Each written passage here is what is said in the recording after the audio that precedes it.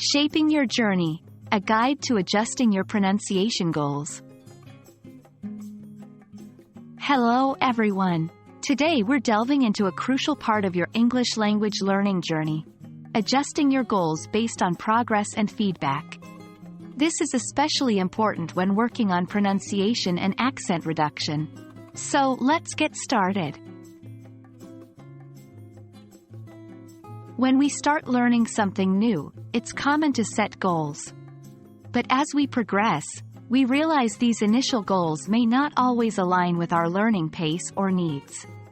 That's perfectly okay. The key is flexibility and adaptability. Adjusting your goals is not a sign of failure but a sign of growth and better understanding of your abilities. How do we know when it's time to adjust our goals? There are some clear indicators. 1. You're constantly struggling to meet your goals. Learning should be challenging but not consistently frustrating. 2. You're consistently surpassing your goals with ease. If this is the case, your goals may not be pushing you enough. 3. You receive feedback indicating you need to focus on different areas. This can come from teachers, language exchange partners, or even from self-evaluation. So, you've decided to adjust your goals. But how? Here's a step-by-step guide. 1. Reflect on your progress.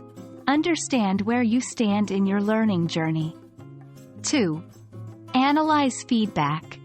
If you've received feedback, incorporate it into your goal-setting process. 3. Set SMART goals. Your goals should be specific, measurable, achievable, relevant, and time-bound. 4. Adjust regularly. Make goal adjustment a regular part of your learning process. Let's look at some examples. 1.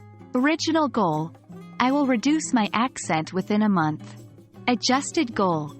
I will improve my pronunciation of the th sound over the next 2 weeks. 2. Original goal.